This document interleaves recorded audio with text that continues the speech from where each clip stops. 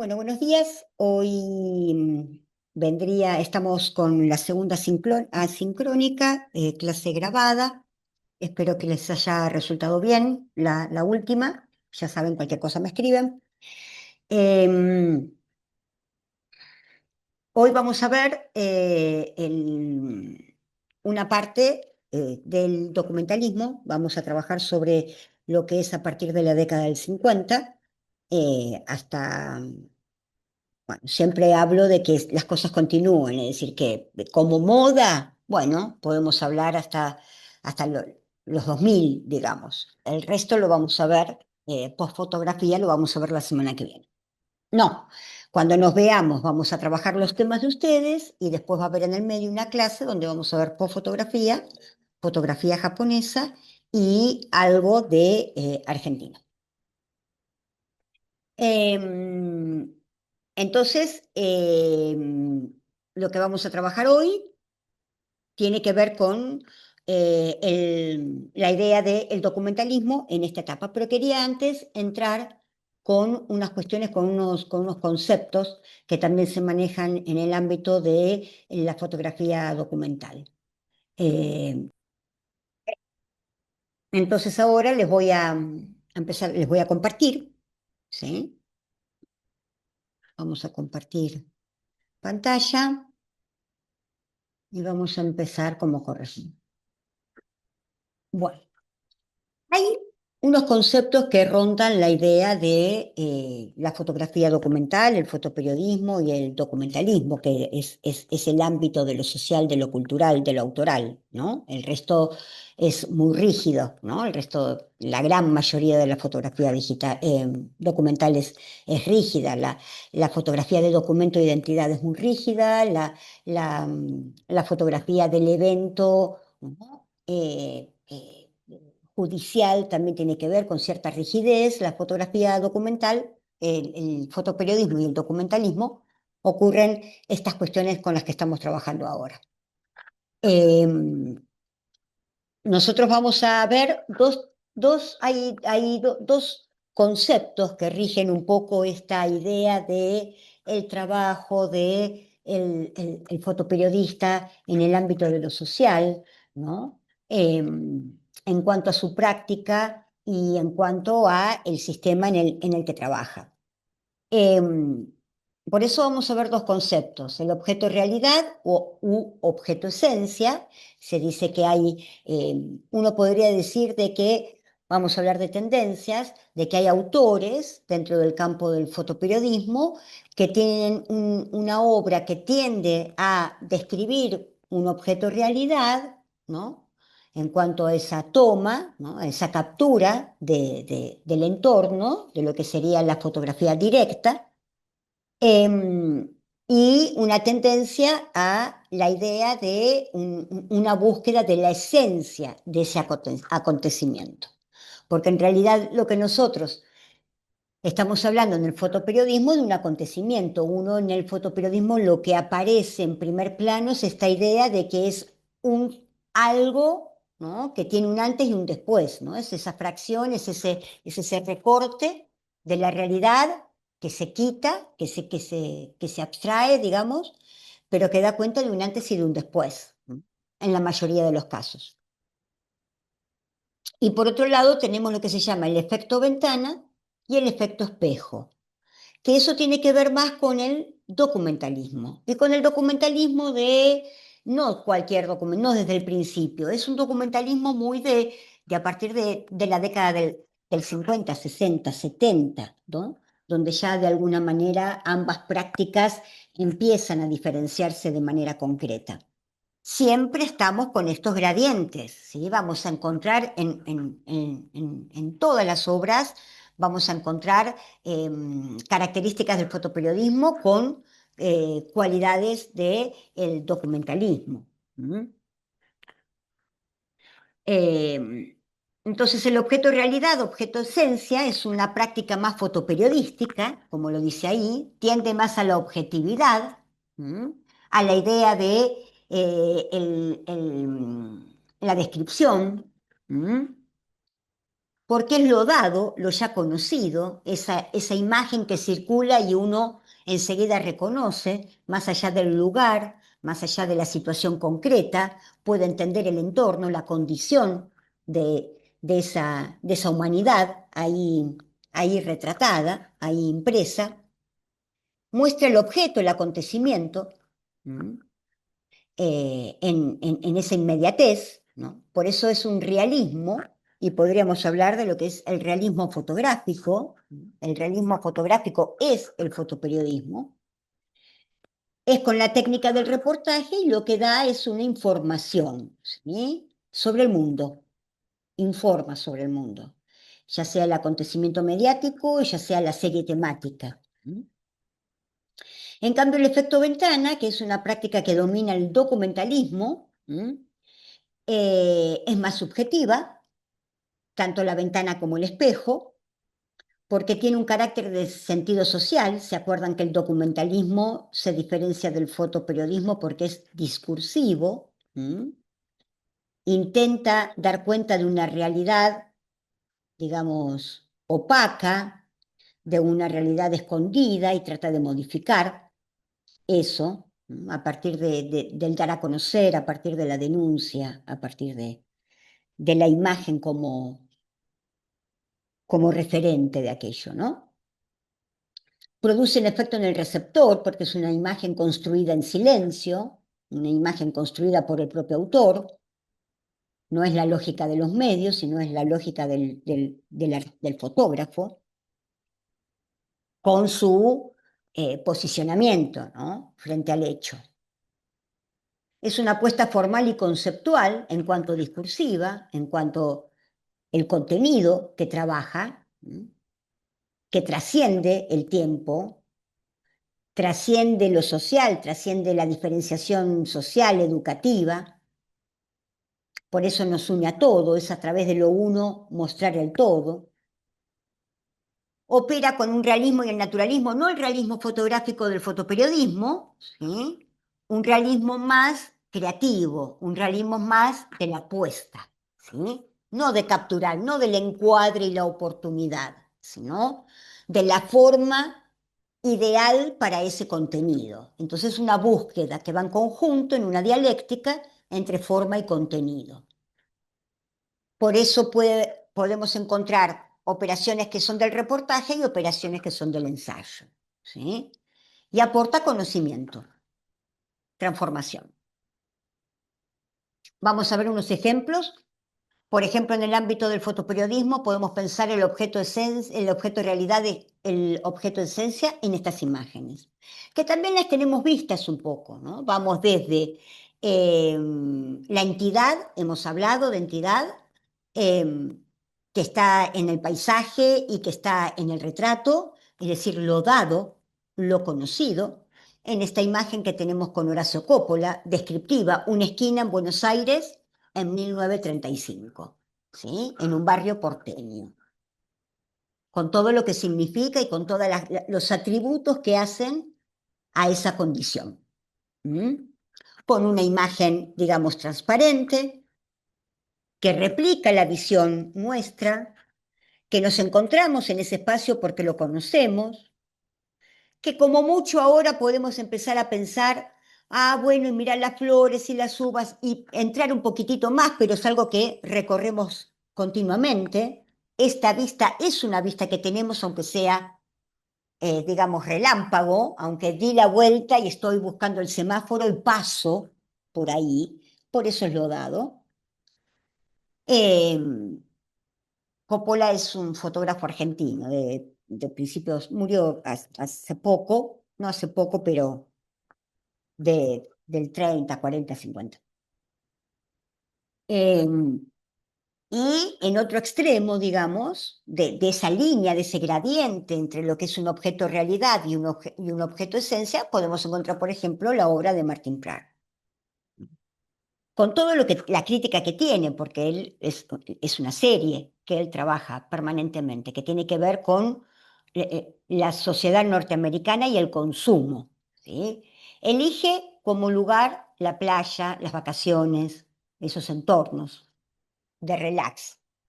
en donde las formas y las formas principalmente y la rigurosidad cotidiana que significa el trabajo, la vida familiar, la responsabilidad, es como que bajan, entonces aparece, digamos, el sin filtro, ¿no? Y muestra un poco eso a través del desorden, a través de ciertas cuestiones. Es siempre en color y con una imagen muy pop, muy saturada, la que trabaja. Es muy se identifica mucho. ¿M? Bueno, y también tenemos en objeto esencia, hablamos del acontecimiento, hablamos de ese instante del discurrir, ¿sí? Que lo podemos ver en la obra, en la imagen, ¿no? El hombre del tanque, una imagen del fotoperiodismo, ¿m? Es en China, o en Meyerowitz ya en la actualidad, ¿sí? Que es casi como si fuera un Martin Prat, pero trabaja más esta idea, ¿no? Esta idea de ese instante. Hoy por hoy también Meyerowitz tiene muy buena fotografía en formato grande, ¿m? Hace muy buen paisaje en formato grande. En ciudad trabaja esto y el color. Y para hablar del efecto ventana y el efecto espejo, dentro del campo del documentalismo, también podemos traer a Meyerowitz. Miren cómo trabaja en esos ámbitos donde el dispositivo y la puesta también da cuenta.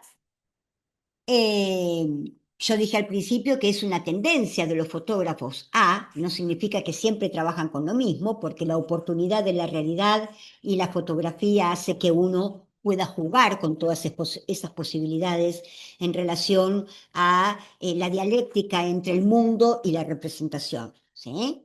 Porque es eso. Tenemos un efecto ventana, ¿m? en, en la obra paisajista de él, que trabaja toda una zona en, en esta obra, con formato grande, cámara de placa y en color.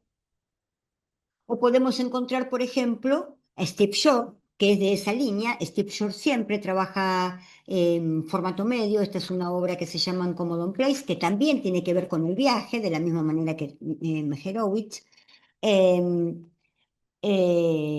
y encontramos esta idea de la toma de la puesta, ¿sí? Que tiene que ver con lo descriptivo, pero que hay algo del relato, no es simplemente mostrar ese acontecimiento, sino que genera un clima, hay un espesor en ese trabajo, porque esas imágenes se juntan con otras que hablan de lo mismo y de esa manera abarcan todo un territorio, ¿sí?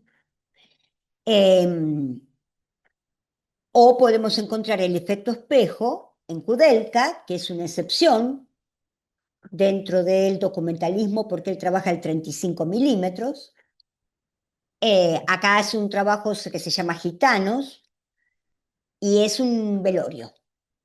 Es la toma en un momento en un velorio. Entonces hay todo una simbología también en en esa toma, en ese lugar. Y él, en el punto de vista en el que está puesto también, está como forma parte de ese cortejo que se viene encima a través del efecto del angular, em, nos produce esa presencia de el artista, de alguna manera, en la obra. Y, por ejemplo, también podemos encontrar a Chen Chin Chan, vamos a ver de nuevo, otra obra de él, eh, y esta es una obra que trabaja en formato grande, ¿sí? Esta imagen debe tener 2,5 metros de alto, y está tratando un tema que es una costumbre, en realidad, en su país, en Taiwán. Él igual vive en Estados Unidos, pero en donde cuando la familia tiene un hijo con problemas neurológicos o problemas mentales, tipo cognitivos, eh, los internan en auspicios de este tipo, los encadenan, los atan a un compañero y viven toda su vida ahí internados, atados a su compañero, que es el que, en el que se va a apoyar, en el que va como una especie de compañía que se hacen, ¿sí? Es una forma que no logro entender bien por qué el hecho, pero es una costumbre taiwanesa. Y por supuesto, eh, el fotógrafo, el autor, da cuenta de esta distorsión, ¿no? A partir del pensamiento occidental, vendría a ser de alguna manera que nos caracteriza. Esto sería un horror, ¿no? Sería inaceptable en el mundo occidental. Entonces ahí hay muchas capas de sentido, ¿sí? Con las que se está trabajando. Y es de alguna manera también los trabajos que hace Chen Qingchan en toda su obra. Esta idea también de, de poder marcar. Y enunciativamente es importante lo que hace, ¿sí? Porque uno cuando entra, ganó una Bienal, me parece que la Bienal de Venecia, él ganó, no sé muy bien en qué año, pero es encontrarlos, la figura tiene el tamaño real. Entonces es muy fuerte ver esa imagen que requiere respuestas. Son imágenes que requieren respuestas. Bien, y voy a dar un ejemplito general, ¿sí? Como para terminar esta ejemplificación. Hay un efecto espejo, pero que simula como un efecto ventana en cuanto a la forma. El efecto espejo lo podemos pensar también por las cualidades y los atributos de la propia obra que continúan de manera, digamos, preponderante en la obra como un sello característico y en ese sentido el efecto está ahí porque no deja de ser ese artista el que está poniendo esa obra en juego. Y me refiero a Richard Avedon, ¿sí? Es uno de los grandes del retrato. Él fue fotógrafo de moda, fotógrafo de revista, fue uno de los grandes, pero también tiene una obra por encargo y personal. Esta obra que la podemos encontrar en tres etapas en su vida y que de alguna manera cierra el ser norteamericano con sus cuestiones, ¿no?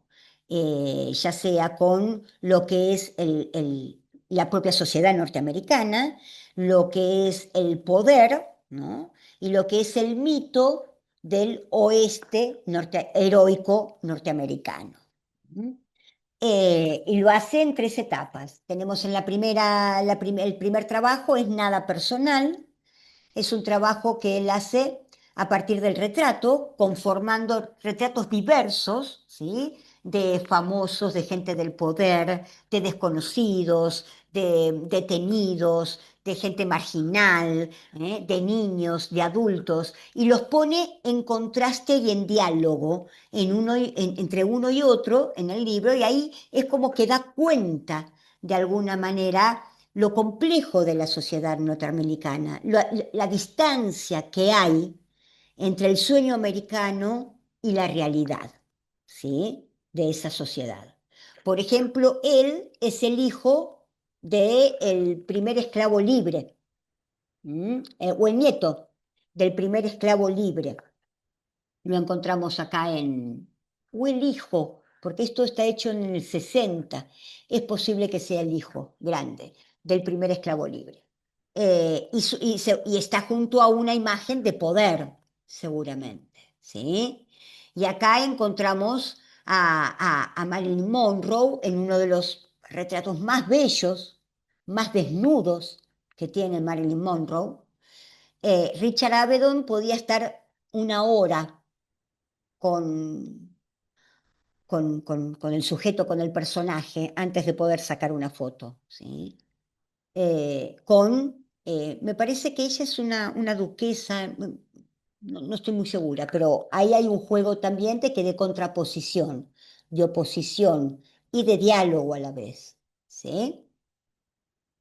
En The Family, él va a ser un retrato del poder, la familia del poder en Norteamérica, en donde van a estar los políticos, van a estar los congresistas, van a estar el poder mediático, van a estar los famosos que forman parte de la superestructura, de la cultura dominante, ¿sí?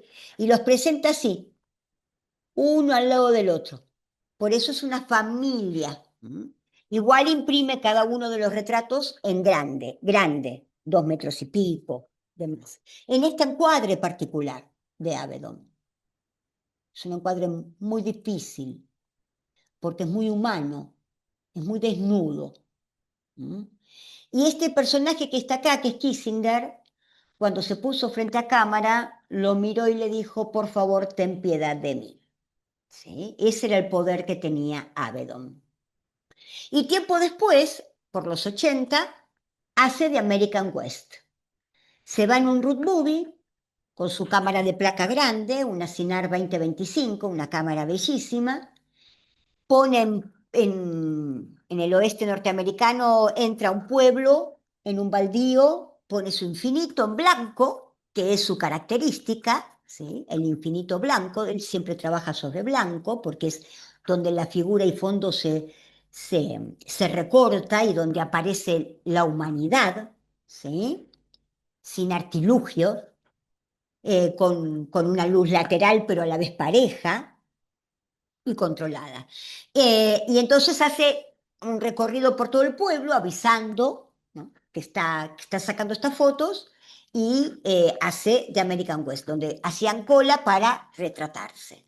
Y lo que muestra es un oeste devastado, ¿sí? Un oeste que no tiene nada que ver con lo heroico del, de-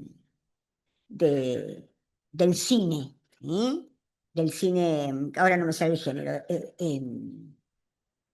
no me sale el género, del West norteamericano.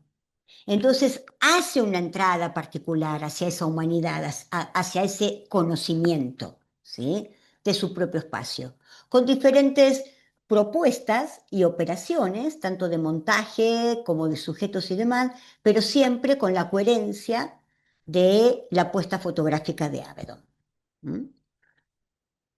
En donde se equiparan. Este sujeto se equipara con él.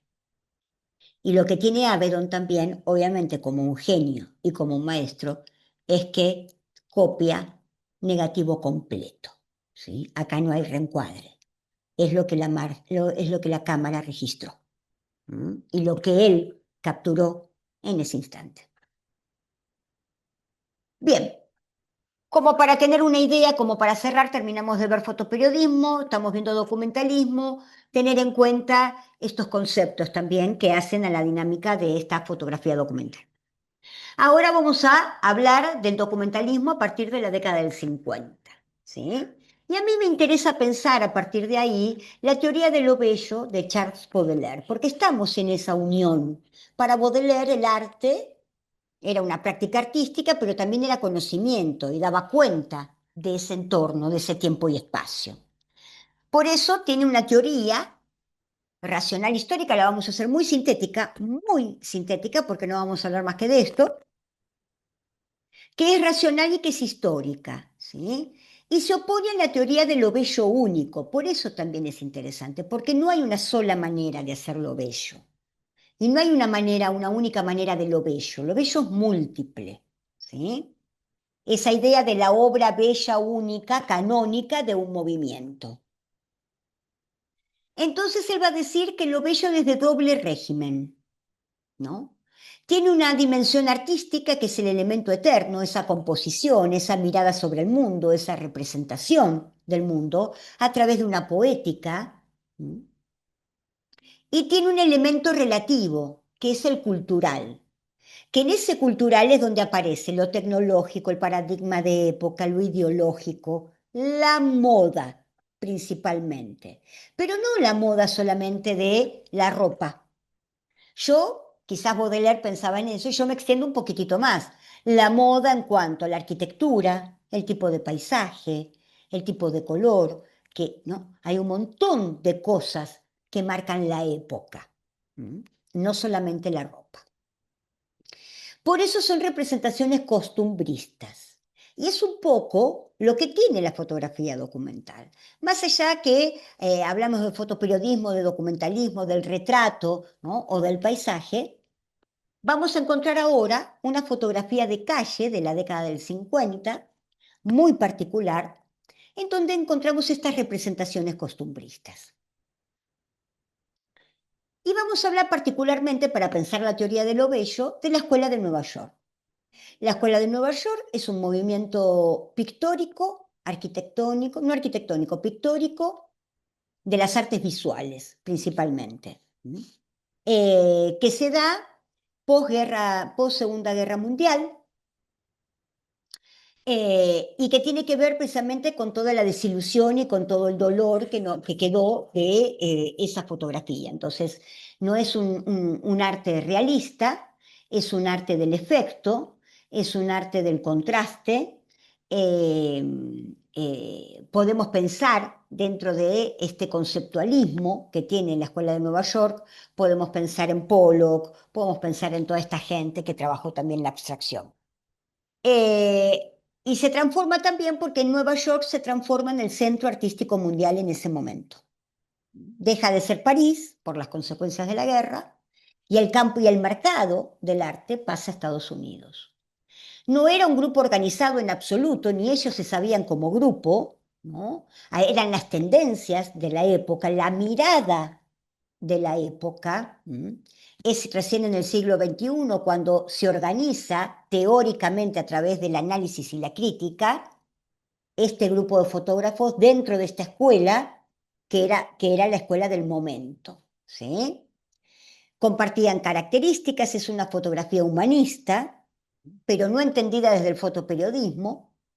Es también la técnica del reportaje. Es una fotografía de calle, se opone al postulado pictórico y es un realismo naturalista. Ahora, ¿qué tiene? Es blanco y negro. Es la técnica del reportaje, es la influencia del cine negro, que también estaba en la época. Evita el carácter fotoperiodístico en ese sentido, con el uso de esta retórica del cine negro, por eso no es una imagen a lo Bresson.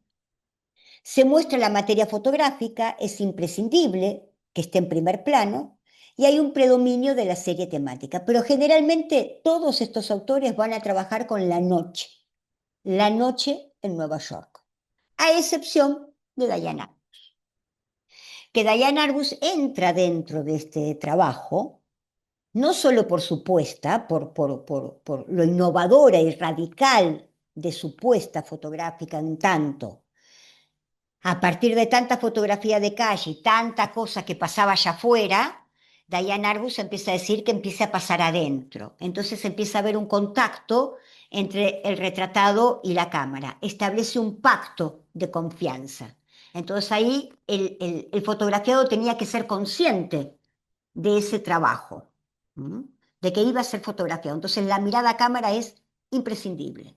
Pero no solamente usa la mirada a cámara, también usa el flash de relleno, porque su influencia es de Wiki, que ya lo vimos en su momento, y entonces empieza a usar el flash de relleno. Y eso fue una innovación para el campo de la fotografía documental, fotografía documental no, del documentalismo tal cual lo entendemos. Empieza a ver, ¿por qué? Porque era un elemento propio del fotoperiodismo, pero que alguien de golpe decide incorporarlo al documentalismo. ¿Mm? Y va a ser Diane Arbus. Miren acá cómo está trabajando con el flash de relleno. ¿Y qué es su característica? Empieza a retratar a la gente a esos personajes que están en los bordes, ¿sí? Aquellos que nadie se fija. Las mellizas, ella hace todo un trabajo en una escuela con chicos con capacidades diferentes, ¿sí? Los quiere dignificar, los quiere presentar al mundo, que entren en el mundo, que la gente los entienda como parte del mundo. Ella decía, aquellos personajes que los esconden, los barren y los ponen abajo de la alfombra. Ella salió a buscar eso. Por ejemplo, esta es un chico que tiene una enfermedad, gigantismo, pero no sé si ese es el nombre correcto, con sus padres, ¿sí? Ahí mirándolo, con el flash. Esta es ella. Es una de las primeras que empieza a hacerse fotos con los espejos. Esto es un reflectorama, no es una selva. Encontramos acá, ven, todo lo que significa el rebote, para que le dé a ella, ¿sí? Ella se suicida, muy joven se termina suicidando. El otro va a ser Ted Croner, y por la puesta, él va a trabajar con la silueta, con el contraste extremo, con la noche de Nueva York, con las luces y las sombras, el barrido, el reflejo, el contraste, el movimiento, el grano. Cine negro, extremo, representaciones costumbristas. Baja velocidad, como para poder precisamente captar, por ejemplo acá, va a trabajar con lo fuera de foco, también va a desenfocar. O Leiter, él va a trabajar el color, va a ser uno de los primeros que va a trabajar el color. Y además va a trabajar siempre el vidrio adelante. La noche, el color, el amarillo y el rojo son los colores que predominan. ¿Mm? Miren acá cómo trabaja en el blanco y negro, porque también trabajaba la litografía y demás, pero bueno, en el blanco y negro, cómo está trabajando el foco diferenciado, en donde el foco lo está poniendo en el fondo, en esa silueta, y el primer plano queda desenfocado, como una operación retórica, se opone a los postulados fotoperiodistas en ese sentido, si bien está trabajando con formato medio, igual, con la calle, ¿sí? De la misma manera que trabaja el fotoperiodismo clásico, la fotografía de calle, les da como una vuelta de rosca. Y después todo lo que tiene que ver con cuando hace mucha fotografía a través de ventanas, a través de puertas de comercios, ¿sí? Y se encuentra ese como acá, por ejemplo, ese adentro y afuera. Bruce Davidson es incorporado, hemos hablado bastante de Bruce Davidson, así que le vamos a hacer un recorrido chiquitito, es incorporado a esta escuela ya para la década del 80, pero como si fuera parte de esa escuela de Nueva York. Acá tenemos su serie Coney Island, que es la generación Beat en ese momento. Acá tenemos Subway, y acá tenemos el que vimos también, el edificio de la calle 100 en el oeste de Manhattan. Eh, y acá encontramos eh, puntos de vista, tamaño de plano, él trabaja mucho el angular. Miren acá cómo también está trabajando con el flash, ¿sí? En el interior del subte, como les comentaba la semana pasada.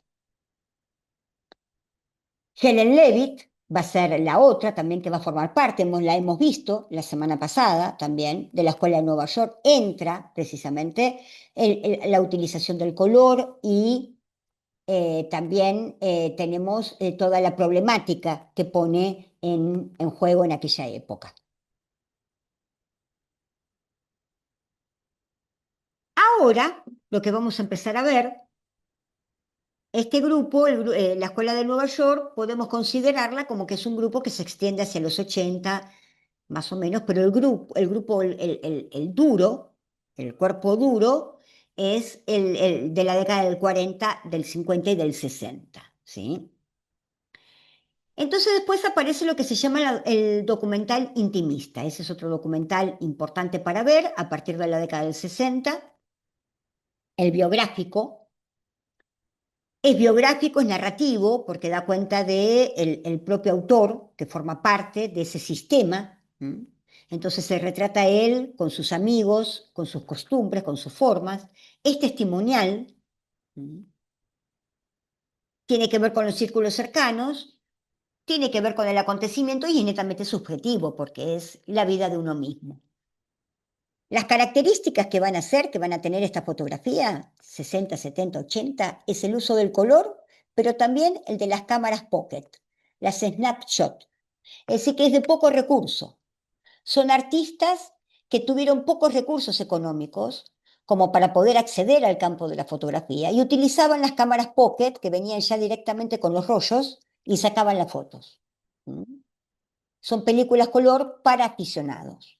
Sin embargo, han construido una obra muy interesante, como la de Nangoldin. Nangoldin también trabajó la transparencia. Nangoldin viene de la formación fotográfica. Esta es su balada de la dependencia sexual, son las imágenes que ella muestra en una especie de instalación con música y foto. ¿Mm? Yo no me animo a llamarlo audiovisual a eso.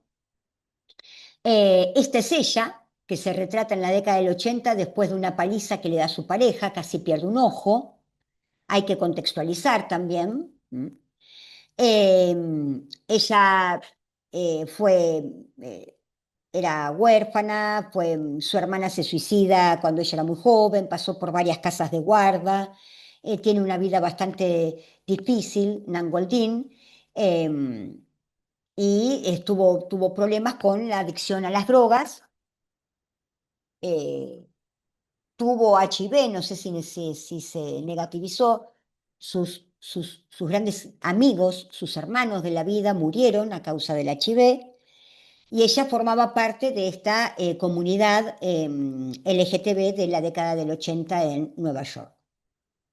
Entonces encontramos la fotografía intimista, saturada, ¿no? El detalle, el contraste, ella también es ella. Esta también es ella. Ella también hace mucho reflectorama, mucho autorretrato en baño. Autorretrato en baño azul, autorretrato en baño, no, tiene mucho de eso. Estos son sus amigos. Y este es el que muere después en el 83, 84, 85, por ahí muere en París. Y ella le hace todo. Entonces ella tiene mucha obra. Fotografía todo el tiempo, casi compulsivamente, y logra hacer un trabajo que se llama esto, ¿no? La balada de la dependencia sexual. Ella era camarera en una cafetería en una esquina en Nueva York, en la Gran Manzana, y había un televisor apagado y había un piano y ella le dijo al jefe, si querés te armo porque tengo unas imágenes, las podemos pasar y le ponemos un poco de música. Bueno, empezó a gustar, de gustar empezó a ver música en vivo, entonces iban los músicos y acompañaban hasta que al final terminó teniendo la forma que tiene hoy, que se muestra en museos. Es una obra, digamos, que se muestra en museos, la música se mantiene, hubo un diseño de música para la balada de la dependencia sexual y ella cada tanto, dependiendo del lugar donde se expone, puede hacer alguna alteración de las obras que muestra. ¿Mm? Y representa toda esa época. Después tenemos a Larry Clark, lo mismo, que es él, ¿no? Él está acá. No, en esta no está. Y de nuevo, Tulsa. Él hace este trabajo donde vivía, 18, 20 años, en Tulsa, blanco y negro. Su grupo de amigos, sexo, droga, rock and roll. ¿Mm? Hay escenas de armas, hay escenas complejas, hay violencia de género, ¿no? Hay sexualidad, hay de todo acá. Él se va con su librito abajo el brazo y entra en Estados Unidos con esta serie fotográfica, con este trabajo biográfico que tuvo mucho éxito y rompió en la escena artística fotográfica contundentemente, mostrando esos bordes. Lo no visto es lo que empieza a aparecer, que lo empieza a hacer Arbus cuando decide retratar a esa gente y no a otra.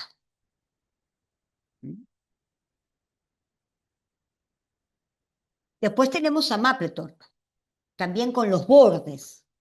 Después termina siendo una obra exquisita, pero acá toda esta obra tiene que ver con el sadomasoquismo y hace imágenes representativas del sadomasoquismo. Él cuando hizo esta muestra, obviamente fue censurada, fue todo un debate en Estados Unidos en los 80, ¿sí?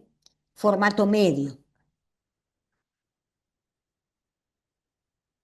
Es el estudio, es la pose linda, ¿sí? Linda. Por eso es documental, por eso es documentalista, porque no deja de tener un registro. ¿Mm? de ese funcionamiento privado a partir del propio autor. Y tenemos a Billingham, ya década del 90, Londres, su familia, su padre alcohólico, su madre acumuladora, viviendo en una casa, en una vivienda social, ¿sí? En un barrio carenciado en Inglaterra. Y este es su padre, y este es él, ¿sí? Porque el padre un día llegó y dijo, no voy más a trabajar, y se sentó a tomar y no se fue más de ahí, no se levantó más. Perdieron la casa, perdieron todo, asistencia social, casa social, y viven en esa condición. ¿Mm? Entonces retrata a su familia, a su madre y a su padre. Muy diferente a lo que hace Larry Sultán, de la misma manera, y bordeando el arte con la práctica documentalista, precisamente porque es eso, es el momento en que su padre entra en la etapa el primer día de jubilación de su padre jubilado, después de haber sido un CEO de una empresa importante, ¿sí? Entonces hace todo un recorrido fotográfico a través de esa deriva, de ese desplazamiento de ese padre que vivía en ese lugar y del mismo, ¿no? Que vivía en una casa para mudarse a otra, más pequeña, ¿sí? El cambio de vida de esa familia. ¿En qué? En formato grande, puesta fotográfica, trabajo de color. Mamá, ponete este pantalón con esta camisa. ¿Sí? Imágenes desde casa, se llama esto. Y después tenemos también un documental conceptual, político, que está en esa época, que discute con la fotografía documental en tanto realismo fotográfico, que dice que se ven tantas imágenes y estamos tan conectadas, la sociedad ya está tan conectada con el horror, que hay que empezar a mostrar el horror a través de otra forma y no a través de la representación figurativa clásica. Entonces va a trabajar la serie temática, la técnica del reportaje, ¿sí? Pero no como reportaje, sino como construcción, porque va a haber un montaje, es descriptivo y testimonial, ¿sí? Hay apropiación de las formas conceptuales del arte conceptual de la década del 60. El collage y el montaje forma parte de eso, trabaja con imágenes de archivo, es una mirada científica, es un proceso creativo versus espontaneidad, están las dos cosas. Es una práctica antiperiodística, se opone al fotoperiodista, no, es antifotoperiodística, no antiperiodística, disculpen. Es la unión entre una práctica y una teoría, porque lo que se pone en juego es un concepto. Expone procesos creativos, exposición documental político. Y, por ejemplo, tenemos, este es Larry Sultán, el mismo que hizo esto, ¿eh? Esto lo hizo en la década del 90. En cambio, en la década del 60, hizo la primera gran obra conceptual, del documental conceptual, Evidence. Junto con Mandel, los dos, fueron a los archivos fotográficos de la Policía Federal, los ministerios, las industrias químicas, las industrias eléctricas, tecnológicas y demás, y empezaron a pedir imágenes. En los archivos siempre hay un momento en que hay que acomodar el archivo y se empiezan, ciertas imágenes se descartan, ¿sí? Fueron a buscar esos descartes y armaron esto, la evidencia. Sacan de contexto una imagen que funcionaba en el orden jurídico, en el orden científico, en el orden documental, pero de dimensiones de este tipo, no de carácter social y humanista, sino de control, de seguridad, de salud, de la química, de la ciencia, y las ponen en diálogo para construir otro universo, otra forma de entender, ¿sí? Por eso es construcción. Por eso dice que la imagen fotográfica no es evidencia de nada, solo muestra algo que se debe articular con un texto, con una palabra, algo que guíe ese pensamiento, ese concepto para el entendimiento, ¿sí? Por eso es una obra de shock, no es una obra clásica, es una obra radicalmente vanguardista, ¿sí? Y que nos habla de fotografía, y que nos habla del lugar de la fotografía en los diversos campos. ¿Mm? Y después tenemos, por ejemplo, a Martha Rosler. Martha Rosler va a hablar del Boveri. El Boveri es un lugar en Estados Unidos, no sé hoy por hoy cómo estará, pero desde la década del 40, 50, 60 hasta los 80, 90, era una zona que en su momento había sido muy esplendorosa en los 40. Parte de lo que vimos al principio de la Escuela de Nueva York era el Boveri, ¿sí? Después la gente empieza a irse del lugar, ¿sí? Se empieza a vaciar, empiezan a quedar solamente los mayores, porque los hijos empiezan a ir a otras partes de Nueva York, y entonces se transforma en un lugar de negocios abandonados y de un lugar donde había mucho alcoholismo. Es abajo de una estación, también por arriba pasa el tren. Y hay hasta documentales audiovisuales sobre el Boveri. Y se ha trabajado mucho el Boveri, siempre mirando, buscando qué, al borracho. La otra vez habíamos visto una imagen del Boveri con un borracho tirado ahí por Berenice Abbott, que está sentadito abajo precisamente de las estaciones. Entonces Marta Rosler va a decir que va a establecer dos métodos inapropiados de descripción para el Boveri, ¿sí?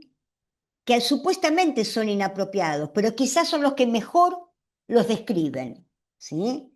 Porque Marta Rosler está tratando de salir de la lógica del realismo fotográfico, de ese realismo delodado, de la imagen saturada, de la imagen que circula y ya la conocemos, ¿sí?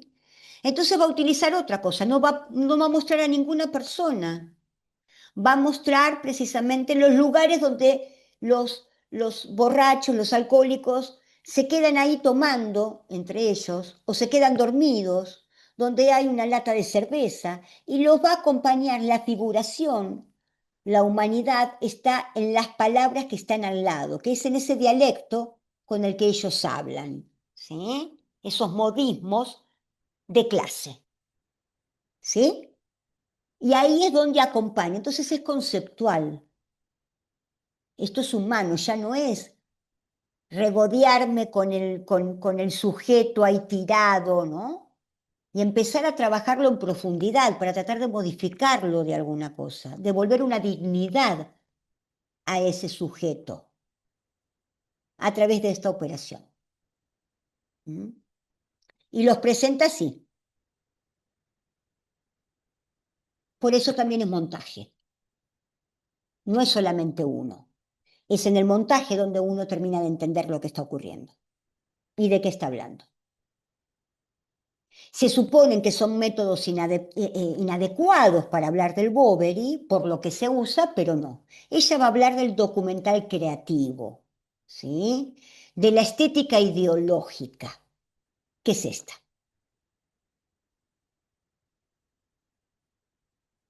Y en esa línea, porque ella también es teórica, ¿sí? Y en esa línea, por ejemplo, tenemos a Fred Lonidier, que va a exponer sobre todo en sindicatos, y hace esta muestra que tiene que ver con la vida y la seguridad social, el juego de la vida y la seguridad social, en donde en esta época, los 60, los 70, todavía los registros de seguridad social tal cual los tenemos hoy no estaban, eran bastante inestables y ocurría esto, ¿no? Que un operario tenía un accidente de trabajo y que después no era reconocido como tal y no les asignaban jubilación por invalidez y no tenían el resarcimiento por la empresa que correspondía, precisamente por una cuestión de corrupción entre el sistema de seguros y la clase dominante industrial. el empresariado, podríamos llamarlos en términos generales. Entonces hace esto. Obviamente los personajes, los sujetos damnificados no dieron nombres porque tenían miedo, pero sí da cuenta a través de la fotografía y la acompaña con qué? La acompaña con el parte médico, la acompaña con el parte de lo hecho, de lo ocurrido, con toda la documentación y con qué? Con el juicio, con la determinación que establece la compañía de seguro, negándole el seguro por ese accidente. ¿Sí? Entonces pone en evidencia todo el sistema, no solamente con la imagen, sino también con la palabra, porque la imagen no alcanza. La imagen no alcanza para dar cuenta de este dedo que tenemos acá, todo lo que significa. Podemos decir un dedo lastimado. Uy, mirá el detalle del dedo, la luz y entonces lo que quiso la humanidad, la piel, ¿no? No, no. En términos prácticos, concretos, mejor dicho, es esto. Y así lo expone, y así lo trabaja. Es muy interesante. O podemos tener el documental, digamos, también de la apropiación, porque todo esto también tiene que ver con apropiación, no esto es original, Marcelo Brodsky, que él utiliza la intervención. ¿Eh? Él interviene con la apropiación y con la intervención. Acontecimientos políticos, sociales, populares, y los interviene que los saca de qué, de los medios, los saca de las revistas, de los diarios. Esta es una fotografía del colegio donde él iba, es lo primero que hace. Es un libro sobre el Nacional Buenos Aires, pero que en realidad está hablando de la dictadura militar, que fue cuando él cursó en dictadura, y acá muestra cuáles de sus compañeros están desaparecidos, otros que hicieron, ¿no? Y es todo un trabajo de la intervención fotográfica. Estas fotos las recuperó pidiéndole a sus compañeros si tenían imágenes y pudo armar el libro. Y después empezó a hacer esto. Como para pensar también, este es el extremo de la fotografía, del documentalismo, porque ya estamos en el documental político, en el conceptual, ¿sí? Por eso trabaja con operaciones propias del arte, pero con contenido social. ¿Mm? Bien, bueno, ahí estamos. Dejamos de compartir. Esta es la clase de ahora, de hoy, y la próxima ya nos vemos. Vayan trabajando el tema. La próxima ya nos vemos, vamos a empezar a trabajar los temas. Yo les voy a mandar para el viernes 3, les voy a mandar un link para que tengan y que se vayan anotando para la presentación. Así tenemos un orden de presentación, ¿sí? Que estén todos anotados. Yo me voy a encargar de eso, les voy a compartir el documento de Drive y simplemente ustedes se anotan ahí. ¿Mm? Bueno, ¿listo? Nada más por decir. Espero que la estén pasando. Hasta luego.